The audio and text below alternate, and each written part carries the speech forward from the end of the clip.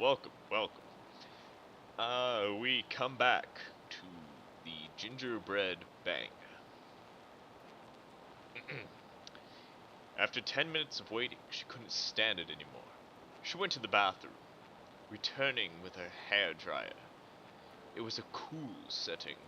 She flipped the switch, set the dryer to max power, and pointed it at the sweet-smelling member. Once it was cool enough to touch, she couldn't resist adding a little decoration. Pull out some ready-made piping icing in the tubes. So she used one to drawing veins along the cock shaft. As she piped the oh my god, as she piped the last vein, the gingerbread twitched. Oh my god. Clementine leapt back with a scream.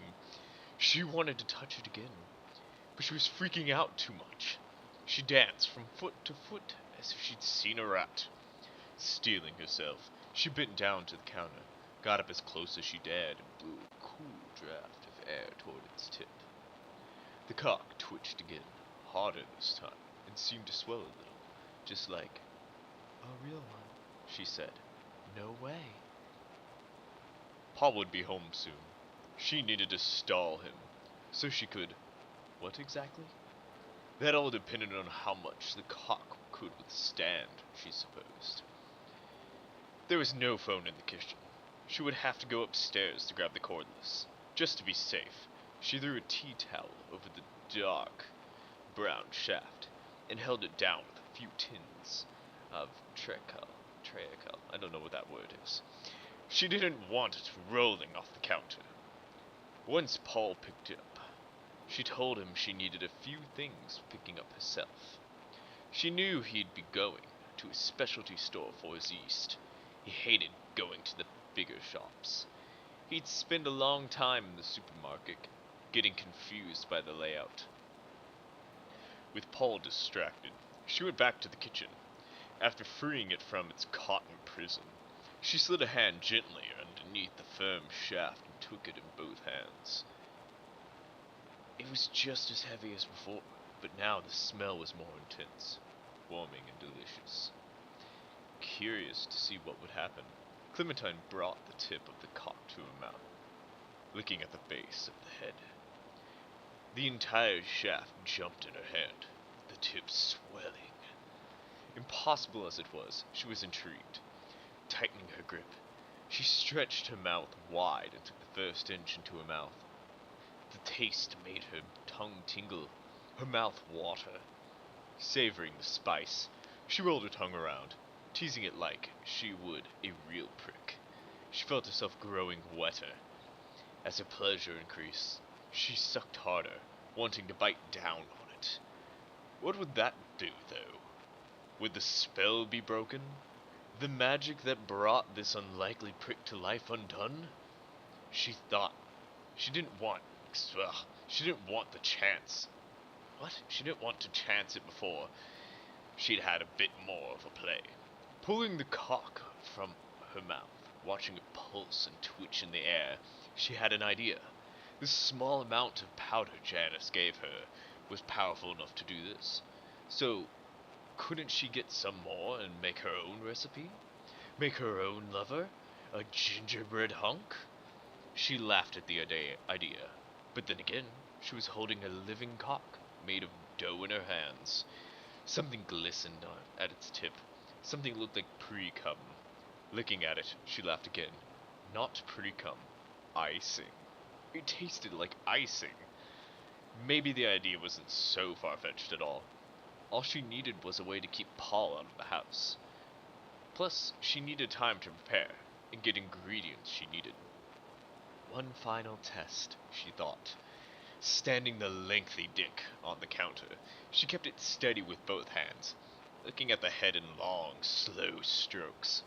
The cock swelled and stiffened under her grip, until, finally, a jet of thick, white icing spurted from it. Warm rivulets of icing ran down her hands as a miraculous cock started to sag.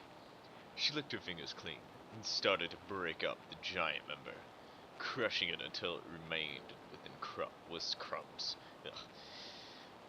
With the evidence of her little experiment destroyed, she opened the window and let the smell of gingerbread waft away, then threw the remnants of the cock into the garden, for the birds to eat. Why? With her hands clean, she resisted the urge to go upstairs and finish herself off. She wanted to save herself for her grand experiment. Clementine called Janice the next day. She was more than happy to supply a larger amount of the miraculous powder. "You know what?" she said. "I can make this your Christmas present." Clementine said, between sips of coffee. "And getting this much at once isn't a problem?" "Not for you. Must have done its job when you gave it to Paul, huh? Did you give it to him and then give it to him?" "We just played around a little. I'll take things further this time, though." "Oh," Janice squeaked excitedly. "Make sure you give me the details." Clementine laughed. "I'm not sure you want to hear about the things we get up to," she said, taking a long sip of coffee. Spoil sport. "Anyway, I'll drop the stuff off later this afternoon, okay? Thanks, Jan." She hung up and went to the kitchen to find Paul scrabbling around in the fridge. "You didn't see my testo yesterday, did you? Gingerbread?" "No. Don't you remember? You were getting all worked up about the yeast. Remember?" Paul rubbed at his belly through the apron, thinking. "Yeah, I was. Ah well, I can just make another batch." "You know," she said, moving his hand away and replacing it with hers. "Janice was on the phone just now. I told her about your idea, and she said she's got an old family recipe for spice bread, which you could use. For research, you know." His eyes sparkled. "That sounds great. You're the best, Clem."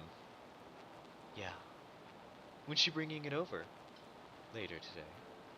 I thought I could try making a batch while you're busy up at the Taylor's farm." He looked puzzled. "Why would I go there? It's all flooded. That's why I've been getting my eggs from that damn supermarket." He called earlier as well, Mr. Taylor. He said they lost a lot of business because of the flood. I think he wanted to make you a deal. Plus, so what if they get flooded? He can tow you out with that tractor if you get stuck. There was little chance of that. Clementine had found out Mr. Taylor would be selling his wares at a farmer's market all day. If Paul got stuck up there, he'd have to wait for him to come back, or call a breakdown service. Either way, it meant time. More time for her to bake her new lover to life. My goodness. After avoiding most of the questions, Janice asked. Clementine finally had the last ingredient she needed. A large bag of the special ginger powder. "Seriously," Janice said as she handed it over. "His dick might sprout wings and fly off if you give him too much. Be careful." "Thank you, Janice," she said, shoving her out the door. "I'll be fine. Alone at last." She slipped on an apron, tied her long black hair in a bun to keep it out of her eyes, and got to work. There was plenty of powder, so she decided to use about a fifth of it, in case she wanted to repeat performance. Putting the body together proved harder than expected. She was no anatomy student, but she knew the general dimensions she needed after laying out Paul's clothes on the floor and drawing around them. Each part would have to be baked on its own tray. Luckily, Paul's oven was larger and had more shelves than a domestic oven. But even though it was sizable, she could only get a few trays in at a time. And it seems at this time, I am going to have to leave it in a suspense. Not a good place to leave it, but Jesus, this woman is crazy. Farewell till next time.